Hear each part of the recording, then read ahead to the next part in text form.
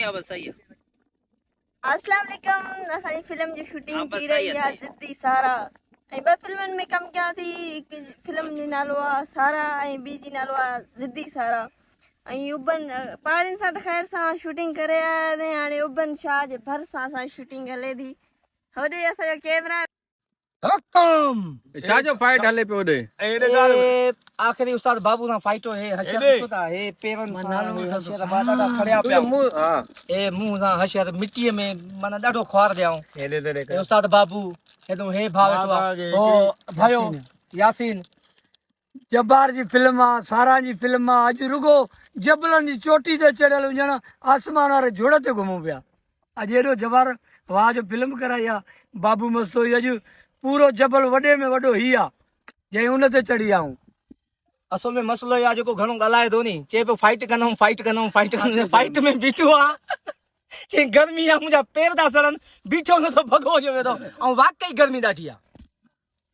गर्मी अज एतरी आ शायद जब्बार जो चेहरो सही आ। बाकी असां ईअं थी आऊं ॼणा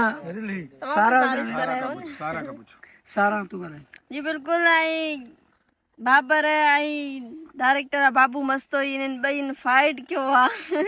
असां त ख़ैर छपरी आहे उन्हनि जे हेठो छांव ते वेठा आहियूं। बंगलो आज़म जो थधो हवा घुले थी ऐं ॿाहिरि उस जो एतिरो साड़े थी ऐं केरी में पेर विधा अथनि टपा ॾियनि पिया।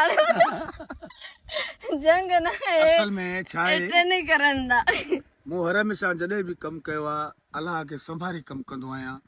रब मुंहिंजी मदद कंदी ऐं तमामु इन वक़्त में सारा पाण बि दिलि सां कमु कयो आहे ऐं उनखां बाबर त हाणे नामी काफ़ी आहे पंहिंजी जाइ ते ऐं रब हयातूं ॾिस अलाह पाक ऐं सभिनि भलो कमु कयो आहे। इनशाअल्लाह ज़िद्दी सारा फिल्म मां तौबा थो कयां त कोई बि मौत सां न खेॾियो हूंदो जो असां हिन फिल्म में धक खाधासीं।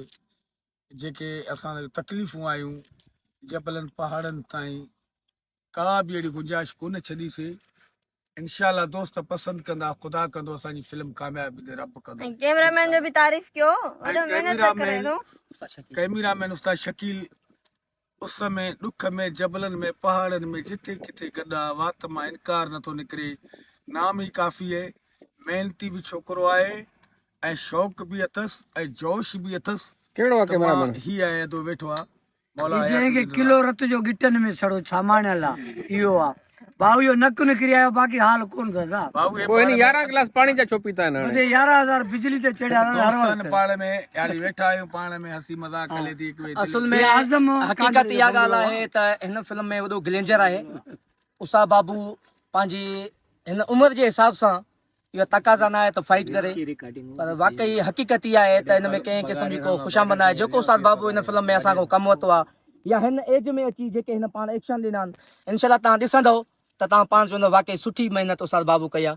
असांखे बि माने हिन मंज़िल ते उस्ताद बाबू ई पुॼायो आहे। मैडम सारा तव्हांजो हाल अहवाल छा था सम्झो अॼु बाबू छाजो सीन आहे फिल्म में के जो मुंहिंजो हां मूंखे हर हमेशह विलन जो कैरेक्टर मिलंदो आहे। डायरेक्टर बि आहियां। मुंहिंजो मौत जेको आहे त सारा जे हथ में आख़िर में हूंदो आहे।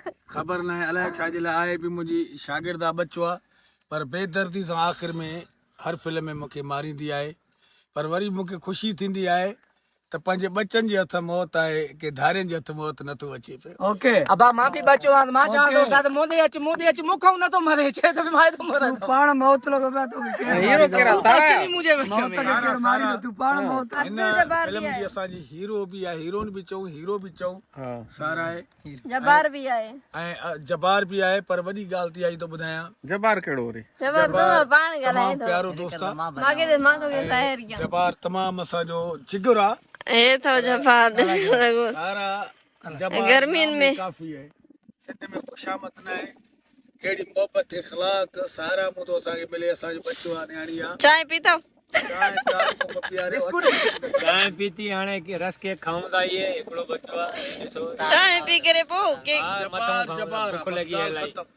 अच्छा वाह जब्बार घणो तारीफ़ हले तो तुंहिंजो। जबार ॻाल्हाए तू भी तो कुछ ॻाल्हाए फिल्म जे बारे में। हीरो केड़ा तू पाण मांखे ख़बर भी न आहे ॿुधाए तो के मां मारिया न हीरो मां तुझे तो मौत मारण खां पोइ जी पाण खे खुद के